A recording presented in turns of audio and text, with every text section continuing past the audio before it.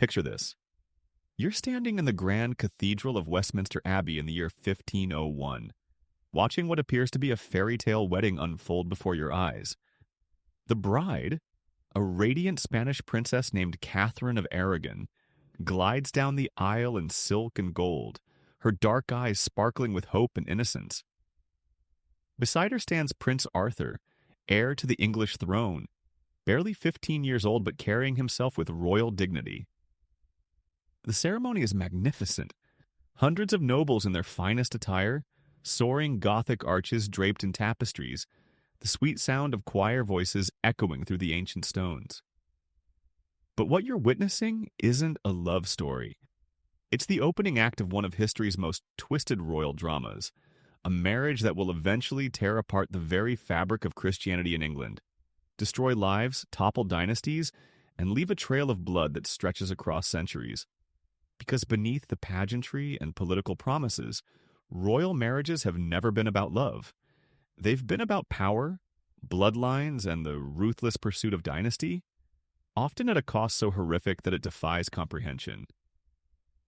The young princess standing at that altar has no idea that her marriage will become a pawn in a deadly game between kings, that she'll spend decades fighting for her legitimacy while her husband seeks to destroy her, or that her story will intertwine with some of the most disturbing and twisted royal unions in human history. Before diving into these forgotten stories of obsession, betrayal, and genetic catastrophe, if you enjoyed learning about the dark truths hidden behind royal glamour, consider hitting that like button and subscribing for more content like this. Please comment below to let me know where you're listening from. I find it incredible that we're exploring these twisted tales together from different parts of the world, connected across time and space by our shared fascination with the secrets that power tries to bury. What you're about to discover isn't just another collection of royal scandals.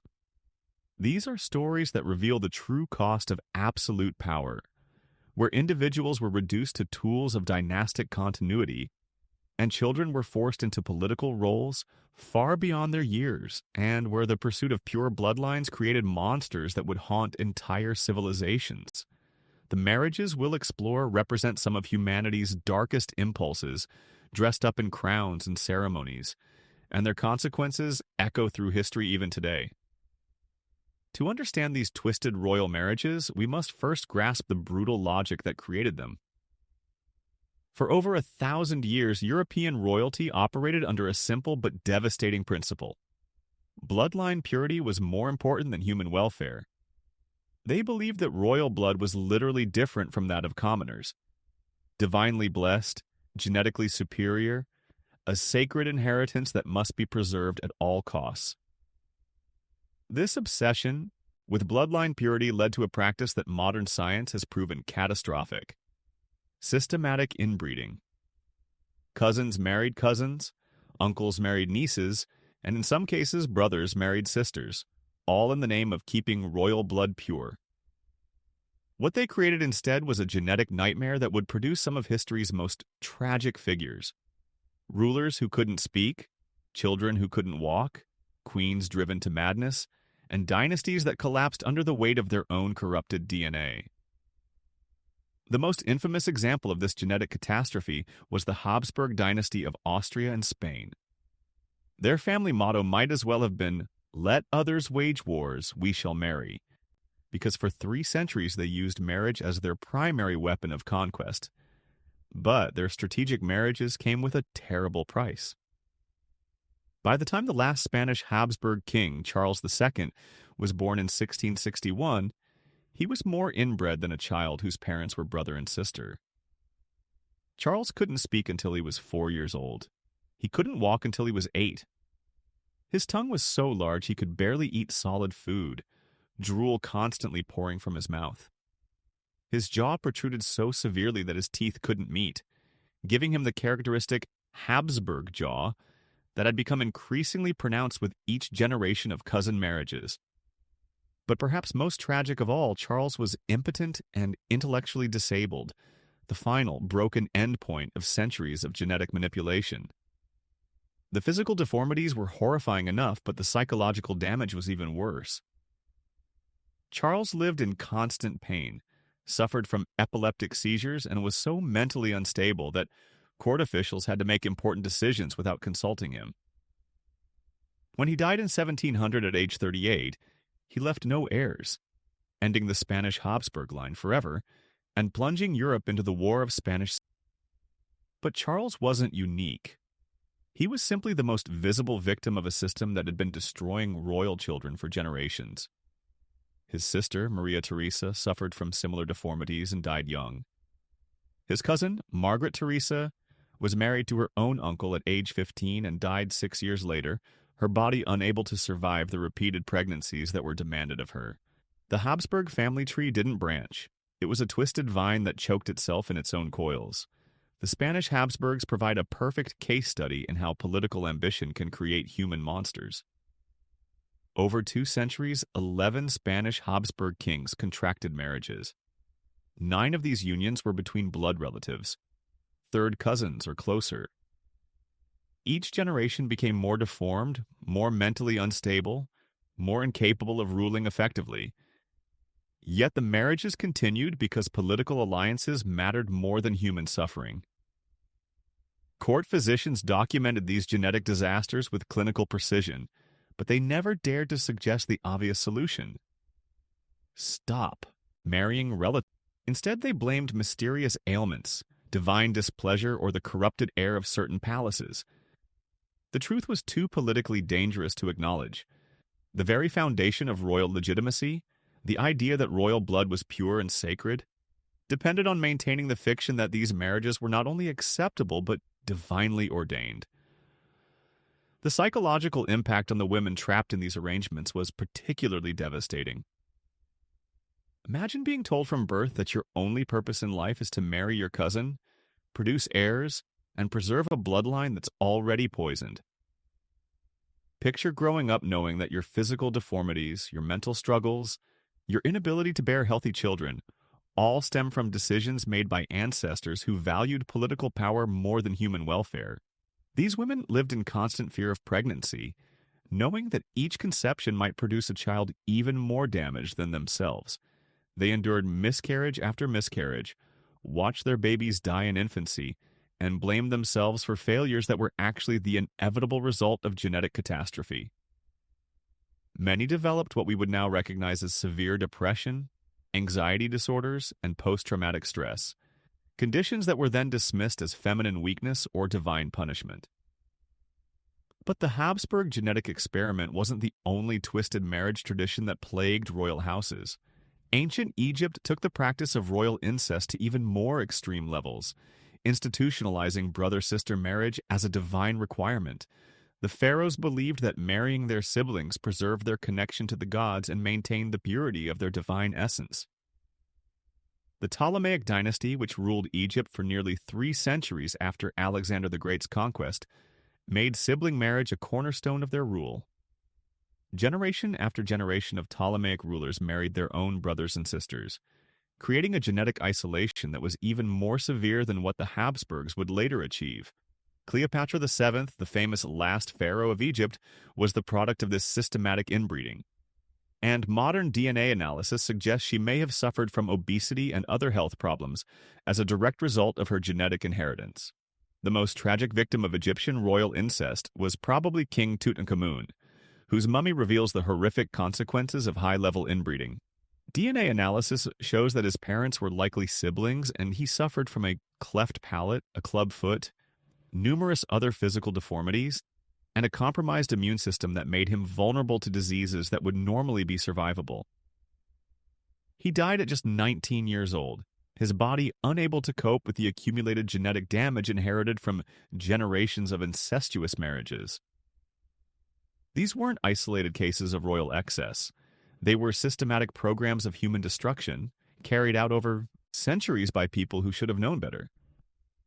The Inca Empire practiced similar traditions, with royal siblings required to marry each other to preserve the divine bloodline of the sun god. In Thailand, kings routinely married multiple half-sisters and cousins, creating harems that were essentially breeding programs designed to produce as many royal children as possible while maintaining bloodline purity. The psychological damage extended beyond the immediate victims to entire court systems. that had to maintain elaborate fictions about these arrangements. Courtiers, physicians, and religious authorities all participated in a massive conspiracy of silence, pretending that obviously incestuous marriages were normal and healthy. They developed complex theological and medical justifications for practices that any objective observer could see were destroying the royal families they were supposed to protect. Perhaps most disturbing was how these twisted marriages became self-perpetuating cycles of abuse. Children who survived the genetic lottery often grew up to arrange similar marriages for their own offspring, having been conditioned to believe that royal blood was so precious that any suffering was justified to preserve it. They became both victims and participants in a system that valued lineage over individual humanity, rather than individuals deserving of dignity and choice. The consequences of these marriages extended far beyond the royal families themselves. When rulers were mentally unstable, physically deformed, or died young without clear heirs, entire kingdoms suffered. Succession crises led to civil wars, political instability weakened nations against foreign enemies, and the general population paid the price for their rulers' genetic catastrophes through higher taxes, military conscription, and economic disruption. The religious institutions that could have intervened instead provided theological cover for these practices. The Catholic Church, despite its teachings about the sanctity of marriage and the importance of avoiding sin, regularly granted special dispensations that allowed even the most closely related royals to marry. Church officials argued that royal bloodlines were divinely ordained, and that preserving their purity was more important than following normal moral guidelines. This collision between religious doctrine and political necessity created some of the most twisted moral compromises in history. Priests who preached about the importance of moral purity would bless marriages between uncles and nieces. Bishops who condemned incest among commoners would officiate at royal weddings that violated every principle they claimed to uphold. The hypocrisy was staggering, but it was also essential to maintaining the fiction that these arrangements were morally acceptable. As we delve deeper into these stories, we'll discover that the twisted nature of royal marriages went beyond just genetic manipulation. We'll explore unions that involved extreme age differences, forced marriages between children and adults, arrangements that involved coercive marriages with extreme power imbalance, and alliances that reduced women to bargaining chips in political negotiations to be traded between kingdoms. These weren't aberrations or isolated incidents. They were the normal functioning of a system that valued power above humanity. The women at the center of these arrangements developed remarkable strategies for survival in impossible circumstances. Some retreated into religious devotion, finding solace in faith when their earthly lives offered only suffering. Others became political operators in their own right, using what little power they had to protect themselves and their children. A few managed to find genuine love, despite the political constraints of their marriages, creating islands of human connection in seas of manipulation and abuse. But survival came at a terrible cost. Even the most successful royal women of this era carried psychological scars that affected every aspect of their lives. They lived in constant fear of political changes that might strip away their protection, endured physical intimacy with men they often despised, and watched their children become pawns in the same deadly games that had shaped their own lives. The genetic consequences of these twisted marriages would echo through generations, creating bloodlines marked by madness, physical deformity, and early death. But the psychological and cultural consequences were even more lasting, establishing patterns of abuse, manipulation, and dehumanization that would influence royal behavior for centuries to come. Understanding these twisted royal marriages isn't just about satisfying historical curiosity. These stories reveal fundamental truths about how power corrupts, how institutional systems can perpetuate horrific abuses, and how individual human dignity gets sacrificed when political considerations take precedence over moral principles. The parallels to modern forms of systematic abuse and exploitation are uncomfortably clear. As we continue this journey through history's most disturbing royal unions, we'll meet women who were married to their brothers, children who were wed to adults old enough to be their grandparents, and queens whose love turned to obsession so complete that it destroyed not only their own lives but entire kingdoms. These aren't fairy tales. They're horror stories dressed up in silk and gold. Cautionary tales about what happens when absolute power meets human weakness, and genetic science is ignored in favor of political ambition. The most chilling aspect of these twisted royal marriages isn't just the genetic catastrophe they created, it's how they transformed love itself into a weapon of political destruction. When human emotions became tools for dynastic ambition, the results were psychological horrors that make modern thrillers seem tame by comparison. Consider the case of Joanna of Castile, known to history as Joanna the Mad, whose marriage became a tragic example of how political unions could shatter the emotional well-being of those involved. Born in 1479 to Isabella and Ferdinand, the Catholic monarchs who expelled Jews and Muslims from Spain, Joanna seemed destined for greatness. She was intelligent, educated, fluent in multiple languages, and showed no early signs of the madness that would later define her legacy. But the seeds of her destruction were already planted in her genes. Her parents were cousins, part of the same interconnected web of European royalty that had been marrying within itself for generations. The real tragedy began when she was married at 16 to Philip the Handsome of Burgundy, a union arranged to strengthen political alliances between Spain and the Holy Roman Empire. What started as a calculated political arrangement quickly became emotionally overwhelming for Joanna, turning into a fixation that would later be seen as unstable, met with cold manipulation on Philip's. Philip was everything his nickname suggested: devastatingly handsome, charming when he chose to be, and utterly faithless. He treated his marriage as a political inconvenience, and his wife as an obligation to be endured between his numerous affairs. Joanna's response was intense, all-consuming devotion that others interpreted as madness. But was it really madness, or was it the natural response of a woman trapped in an impossible situation?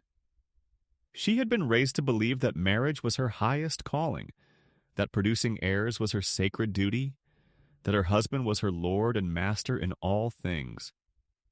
When that marriage became a source of constant humiliation and betrayal, her mind fractured under the pressure. The first signs of what courtiers called her madness appeared when she discovered one of Philip's mistresses. Her reaction was swift and violent. She attacked the woman with scissors, cutting off her hair and slashing her face. The incident shocked the court, but it was nothing compared to what would come later. As Philip's infidelities became more blatant and public, Joanna's behavior became increasingly erratic. She would fly into rages, refuse to eat for days, and spend hours weeping in her chambers. But the real horror began after Philip died suddenly in 1506, possibly from typhoid fever, though Joanna became convinced he had been poisoned by political enemies. Her grief transformed into something darker, more obsessive, more terrifying than anything the medieval world had ever witnessed. She refused to allow Philip's burial, insisting that he was merely sleeping and would wake up soon. What followed was one of history's most disturbing displays of grief-induced madness. Joanna traveled across Spain with Philip's coffin, clinging to Philip's remains in haunting rituals of grief, unable to let go, to speak to him as if he were still alive, to seek his counsel on political matters. She would remain beside his coffin for hours, speaking to him as if he could still hear her. The image is horrifying, but it speaks to a deeper truth about Joanna's condition.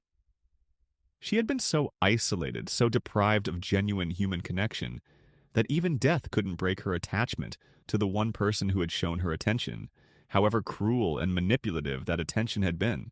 Her behavior wasn't just madness, it was the logical extreme of a woman whose entire identity had been built around serving a man who never loved her.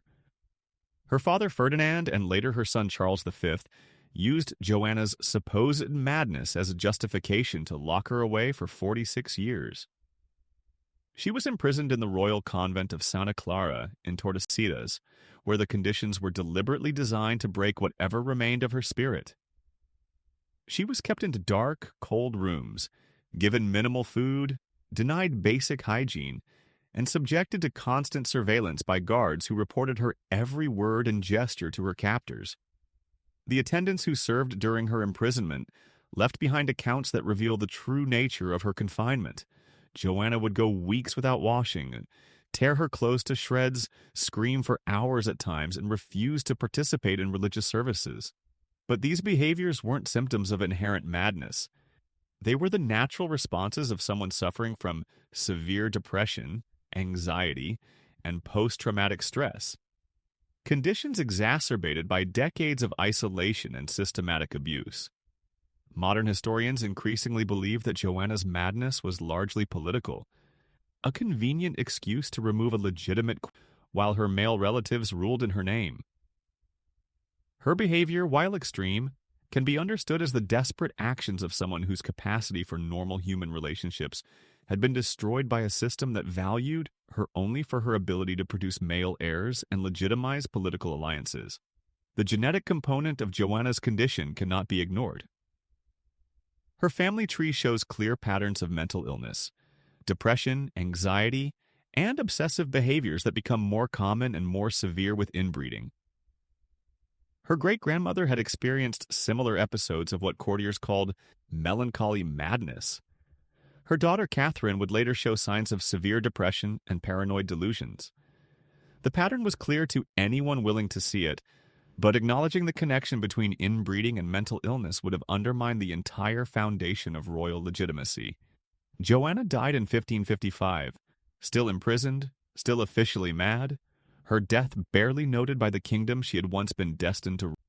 She had been erased from public memory decades earlier, written off as an inconvenient madwoman, rather than acknowledged as a victim of a system that destroyed women who dared to love too deeply or grieve too openly. But Joanna's story represents just one variation on the theme of how royal marriages could transform natural human emotions into instruments of destruction. The practice of marrying children to adults created even more disturbing scenarios, where the victims were too young to understand what was happening to them until it was far too late to escape. Princess Isabella of Valois provides a heartbreaking example of how political marriages could destroy childhood innocence in the name of diplomatic necessity. Born in 1389 in Paris, she was the daughter of Charles VI of France, known to history as Charles the Mad for his periodic bouts of insanity that may have been caused by the same genetic factors that plagued other royal bloodlines. Isabella's childhood was spent in the opulent but unstable French court, where her father's condition created an atmosphere of constant uncertainty. One day he might be a loving parent, bouncing her on his knee and showering her with gifts. The next he might be cowering in a corner, screaming that assassins were coming to kill him, or standing motionless for hours, convinced that his body was made of glass and would shatter if he moved. When Isabella was just 6 years old, she became a pawn in one of the most cynical diplomatic arrangements in medieval history. As part of a treaty to end the devastating 100 Years' War between England and France, she was promised in marriage to Richard II of England, a man 23 years her senior. The wedding ceremony took place when she was 7, though the marriage wouldn't be consummated until she reached physical maturity, a protection that was written explicitly into the treaty but provided little comfort to a child who couldn't understand what was happening to her. The wedding itself was a spectacular display of royal pageantry designed to mask the disturbing reality of what was taking place.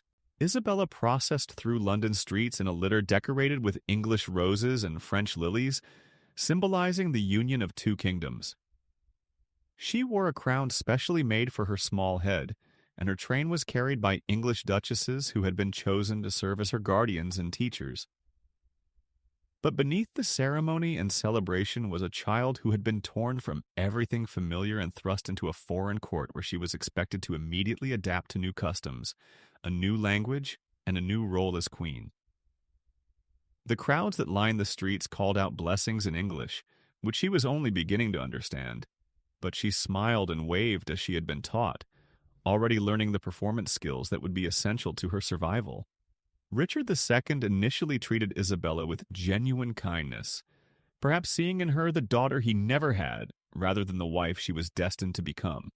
He installed her in her own apartments at Westminster Palace, staffed with a carefully chosen household that blended French and English attendants. Her days were filled with lessons in languages, music, and courtly accomplishments, but also in the complex etiquette of English court life. The king himself took an active interest in her education and welfare, visiting her apartments regularly and bringing her gifts from across his realm. Exotic birds from Ireland, fine books from Oxford, musical instruments crafted by London's best artisans. To outside observers, it might have seemed like a fairy tale arrangement, with the kind king protecting his child bride until she was old enough to fulfill her royal duties. But Isabella was perceptive enough to understand that her situation was precarious. She learned from other children at court about the political undercurrents that constantly swirled around royal marriages, about how queens could be divorced or executed if they failed to produce male heirs, about how foreign princesses were particularly vulnerable when their home countries could no longer protect them. Her fears proved justified when Richard II was overthrown by his cousin Henry Bolingbroke in 1399. The political stability that had allowed Isabella to feel safe at the English court crumbled overnight, and she found herself a prisoner in the Tower of London, her value as a diplomatic asset now complicated by the fact that her marriage to the deposed king made her a potential threat to the new regime. Henry IV faced a dilemma. Isabella was still legally Queen of England, but she was also a reminder of the legitimacy of the man he had overthrown.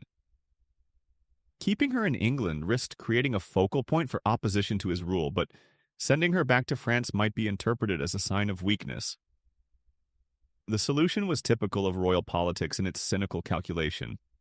Isabella would be allowed to return to France, but only if she formally acknowledged Henry as the rightful king and renounced any claim she might have to the English throne as Richard's widow.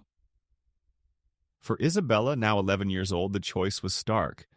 Accept exile and acknowledge that her 4 years as Queen of England had been meaningless, or refuse and risk remaining a prisoner indefinitely.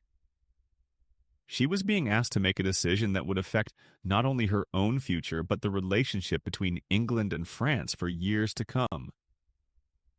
The negotiations for her release were kept deliberately vague, allowing both sides to interpret her departure as either voluntary or forced, depending on their political needs. When Isabella finally returned to France in 1401, she was leaving behind the only home she had known since early childhood, abandoning apartments where she had learned to read English poetry, gardens where she had played with other royal children, and the great hall where she had been crowned Queen of England.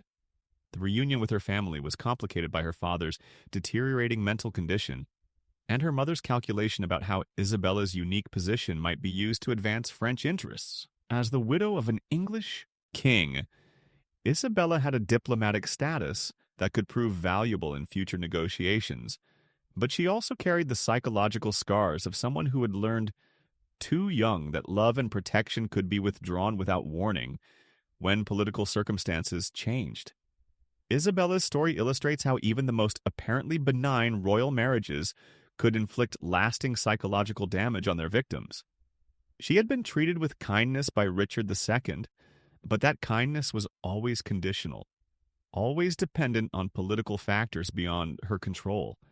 When those factors changed, she discovered that her value as a person was secondary to her value as a symbol, and that the protection she had enjoyed could disappear as quickly as it had been granted. The pattern would repeat itself throughout her life. Her second marriage to Charles of Orléans was happier and based on genuine affection, but even that relationship was shaped by the political realities of her position as a former Queen of England. She could never escape the shadow of her first marriage or the knowledge that her personal happiness was always subject to the larger forces of European politics. These stories of Joanna the Mad and Isabella of Valois reveal how royal marriages could destroy women in different but equally devastating ways. Joanna's passionate nature was twisted into obsessive madness by a system that demanded she love a man who could never love her back. Isabella's childhood innocence was sacrificed to political necessity, leaving her with psychological scars that would affect every relationship for the rest of her life. Both women were intelligent, capable individuals who might have led fulfilling lives under different circumstances. Instead, they became victims of a system that treated marriage as a political tool rather than a human relationship, that valued bloodline purity over personal welfare, and that sacrificed individual happiness to dynastic ambition without a second thought. The twisted nature of these royal marriages went beyond just the immediate suffering they caused. They established patterns of abuse and manipulation that would influence royal behavior for centuries, creating expectations about marriage, power, and gender roles that would trap future generations in similar cycles of dysfunction and destruction. As we continue exploring these dark chapters of royal history, we'll discover even more disturbing examples of how political ambition could corrupt the most basic human relationships, turning love into obsession, marriage into imprisonment, and the pursuit of power into a form of systematic torture that destroyed everyone it touched. The twisted psychology of royal marriages reached its most disturbing extremes when we examine how these arrangements could transform motherhood itself into a weapon of political destruction. Consider the tragic case of Margaret Teresa of Spain, born in 1651 into a world where her very existence was both miracle and curse. She was the daughter of Philip IV of Spain and his niece Mariana of Austria, yes, his niece. Because by this time, the Habsburg family had become so genetically isolated that uncles routinely married their brothers' daughters without anyone questioning the practice. Margaret Teresa's childhood is immortalized in the exquisite paintings of Diego Velázquez, but these masterpieces tell a story far darker than their beauty suggests. Look closely at these portraits, and you'll see what the artist was too diplomatic to emphasize but too honest to hide completely. The child's jaw already shows signs of the Habsburg deformity. Her eyes carry a distant quality that suggests developmental delays, and her posture hints at the spinal problems that plagued her bloodline. But the most tragic aspect of Margaret Teresa's story isn't her physical condition. It's her complete lack of agency over her own destiny. From the moment of her birth, every decision about her future was made by men who saw her not as a human being, but as a political chess piece. She was promised in marriage to her uncle Leopold I, Holy Roman Emperor, when she was still learning to walk. The engagement was celebrated across Europe as a diplomatic triumph, with elaborate ceremonies and public festivities that no one seemed to find disturbing, despite the obvious genetic implications.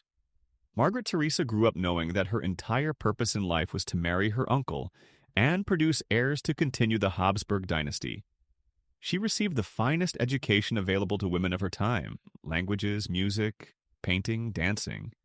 But all of these accomplishments were viewed merely as ways to make her a more attractive bride to her uncle husband. Every lesson, every skill, every moment of her childhood was shaped by the understanding that she existed to serve dynastic goals rather than to develop as an individual human being. The wedding took place in 1666, when Margaret Teresa was just 15 years old. Leopold was 26, old enough to be her father, and indeed, he was her father's brother.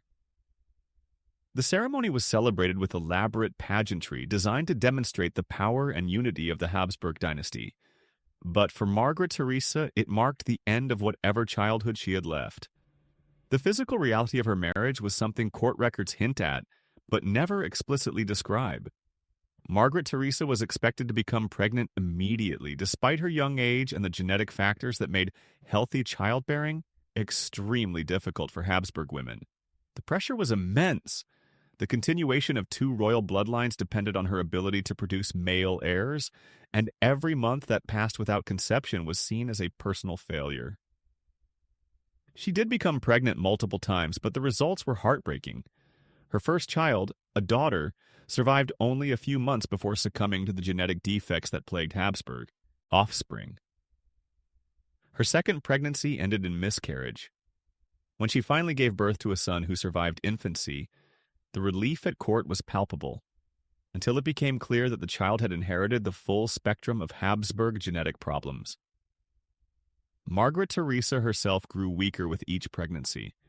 The combination of inbreeding-related health issues and the physical strain of constant childbearing took a devastating toll on her young body. Court physicians documented her decline with clinical precision, noting her increasing difficulty with speech, her frequent seizures, her inability to keep food down. But they never connected these symptoms to the obvious cause, the genetic damage caused by generations of family intermarriage. The psychological pressure was equally destructive.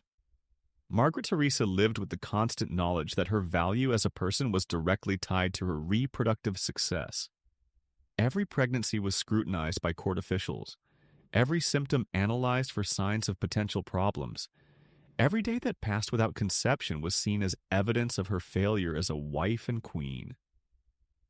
The young woman who had once painted delicate watercolors and played music with genuine joy became a hollow-eyed figure haunted by the weight of dynastic expectations. She died in 1673, just 6 years after her marriage at the age of 21. The official cause of death was listed as fever, but the reality was that her body had simply surrendered to the accumulated weight of genetic defects and physical trauma. Her death was mourned throughout the empire, but not for the right reasons. Courtiers and diplomats lamented the loss of a potential source of heirs, not the tragedy of a young woman whose life had been consumed by the expectations of a dynasty desperately clinging to its lineage. Margaret Teresa's story reveals how the twisted logic of royal marriage could transform even the most natural human experiences into sources of terror and suffering. Pregnancy, which should have been a time of joy and anticipation, became a medical emergency that threatened her life. Motherhood, which should have brought fulfillment, became a series of heartbreaking losses that destroyed her emotionally. Marriage, which should have provided companionship and love, became a clinical arrangement focused entirely on reproductive outcomes. But perhaps even more disturbing is how the system that destroyed Margaret Teresa was celebrated and defended by the very people who witnessed its effects.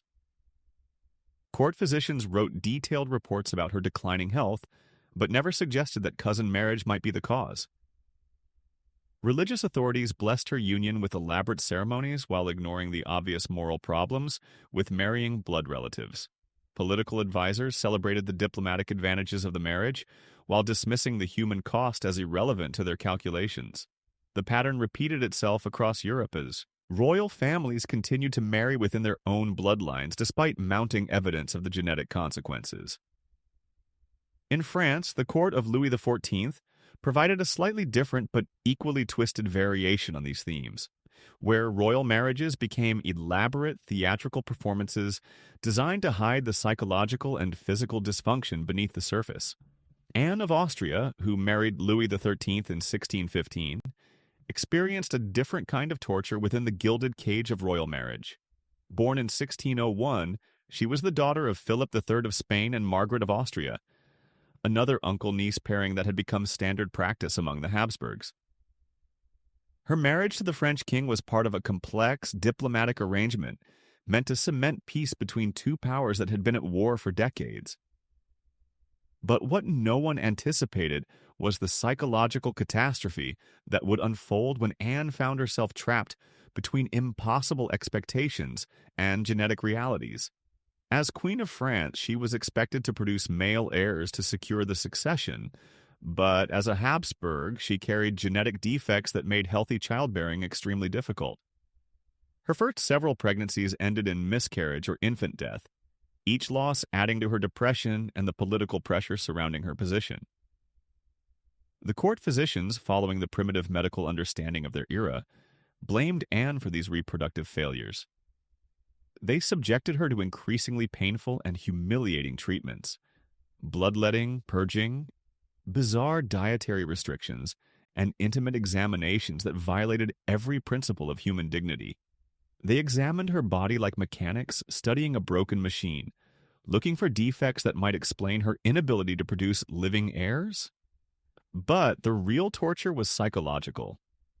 Anne lived with the constant awareness that her value as a person was directly tied to her reproductive success, and her repeated failures made her a target of court gossip and political intrigue. Nobles whispered that she was cursed, that God disapproved of the Spanish marriage, that France needed a new queen who could actually fulfill her primary royal duty, The pressure became so intense that Anne developed what modern medicine would recognize as severe agoraphobia. She became afraid to appear in public, spending days at a time hidden in her private apartments. Her relationship with Louis XIII deteriorated as both partners blamed each other for their childlessness. They began living essentially separate lives, coming together only when court protocol demanded joint appearances.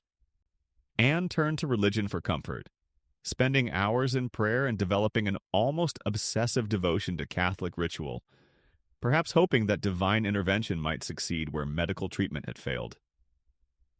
The miracle, when it finally came after 23 years of marriage, seemed almost supernatural. Anne gave birth to a healthy son, the future Louis XIV, the Sun King. The birth was celebrated throughout France as a sign of divine favor, but for Anne it represented both triumph and renewed terror. She knew that her primary value lay in her ability to produce heirs, and now she faced the pressure to repeat the success. A second son, Philippe, was born 2 years later, securing the succession and finally giving Anne some relief from the constant pressure. But the physical and emotional toll of her years of suffering could not be undone. Anne remained a deeply anxious, depressed woman who found little joy even in her eventual success as a mother. Her later years were marked by increasing physical problems and what court doctors described as melancholy attacks that left her bedridden for days at a time. The irony of Anne's story is that her greatest triumph, producing the heir who would become one of France's most powerful monarchs, came at such enormous personal cost that it destroyed her capacity to enjoy her success. She had spent so many years believing herself a failure that she could never fully accept her eventual vindication. The psychological damage inflicted by decades of reproductive pressure and public scrutiny had become permanent, shaping her personality in ways that no amount of political success could repair. These stories of Margaret Theresa and Anne of Austria reveal how royal marriages could weaponize the most fundamental aspects of human experience. Sexuality became a matter of state policy rather than personal intimacy. Pregnancy became a political event rather than a private joy. Motherhood became a performance rather than a relationship. The natural rhythms of human reproduction were subordinated to the artificial demands of dynastic succession, creating psychological pressures that few people could survive intact. The twisted nature of these arrangements extended beyond just the immediate participants to encompass entire court systems that had to maintain elaborate fictions about what was happening. Physicians had to pretend that obvious genetic problems were mysterious ailments. Courtiers had to celebrate marriages that any objective observer could see were destructive. Religious authorities had to bless unions that violated basic moral principles. Everyone became complicit in a system that prioritized bloodline purity over basic human dignity, that these arrangements were normal and healthy. Perhaps most disturbing was how these twisted marriages became normalized through repetition and institutional support. Each generation of royal children grew up seeing cousin marriage, child marriage, and loveless political unions as natural and inevitable. They internalized the values that had destroyed their parents and grandparents, then passed those same destructive patterns onto their own. The system became self-perpetuating, creating cycles of abuse that continued for centuries because no one with the power to change things could imagine alternatives. The religious institutions that should have provided moral guidance instead became enablers of these practices. The Catholic Church, despite its teachings about the sanctity of marriage and the importance of avoiding sin, regularly granted dispensations that allowed even the most closely related royals to marry. Church officials developed elaborate theological justifications for practices that violated their own moral teachings, arguing that royal bloodlines were divinely ordained and that preserving their purity was more important than following normal ethical guidelines. This collision between religious doctrine and political necessity created some of the most twisted moral compromises in human history. The same priests who preached about the importance of moral purity would officiate at weddings between uncles and nieces. The same bishops who condemned incest among commoners would bless royal marriages that were genetically identical to brother-sister unions.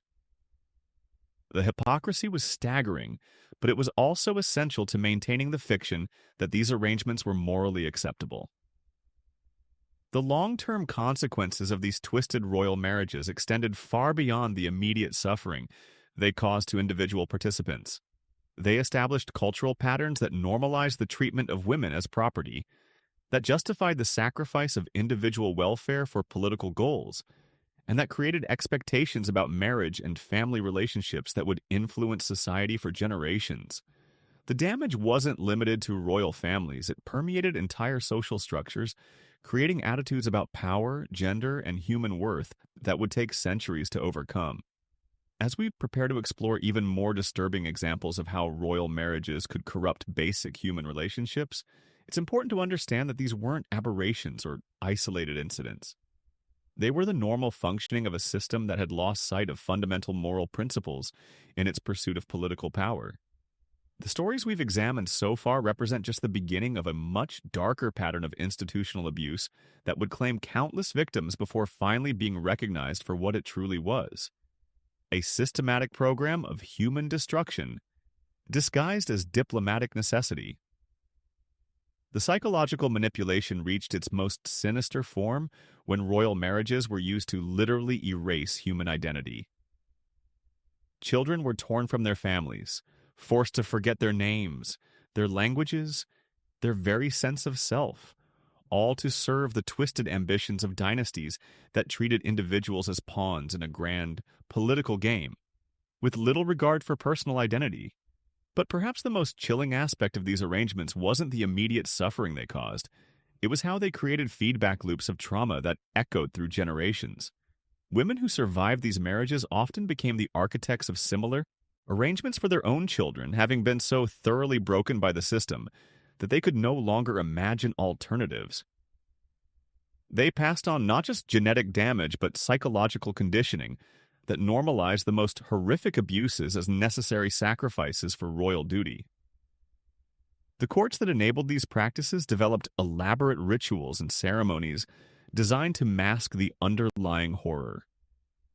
Marriage negotiations were conducted like military campaigns, with detailed intelligence about potential brides' fertility, genetic backgrounds, and psychological vulnerabilities. Children were evaluated like livestock, their worth calculated based on bloodline purity, political connections, and reproductive potential, rather than any consideration of their humanity or individual worth. What makes these historical atrocities particularly relevant today is how they reveal the enduring human capacity for institutional evil disguised as noble purpose. The same psychological mechanisms that allowed medieval courts to celebrate child marriage and systematic inbreeding continue to operate in modern contexts, where political expedience still trumps human welfare, and powerful institutions still sacrifice the vulnerable to protect their own interests. The twisted royal marriages we've explored weren't products of ignorance or primitive thinking. They were the deliberate choices of educated, sophisticated people who understood exactly what they had access to centuries of evidence about the consequences of inbreeding, the psychological damage caused by forced marriages, and the human cost of treating people as political assets. They chose to ignore this evidence because acknowledging it would have threatened the power structures that benefited them. The women whose stories we've uncovered, from the genetically damaged Habsburg princesses to the child brides traded between kingdoms, deserve to be remembered not as historical curiosities, but as victims of systematic abuse whose suffering reveals eternal truths about the corruption of absolute power. Their pain wasn't meaningless. It teaches us that no political goal, no matter how seemingly important, justifies the deliberate destruction of human lives. These twisted royal marriages finally came to an end, not through moral enlightenment, but through practical necessity.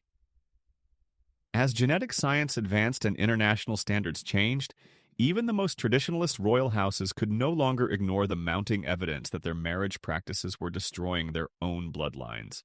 The last gasps of royal inbreeding died out with World War I, not because rulers suddenly developed consciences, but because the political systems that had sustained these practices for centuries finally collapsed under their own contradictions.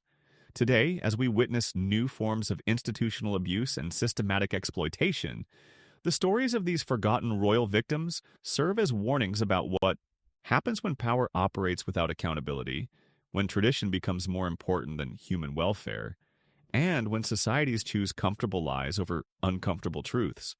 The marble halls may be silent now, but their echoes still demand our attention, our remembrance, and our commitment to ensuring that such systematic cruelty never again masquerades as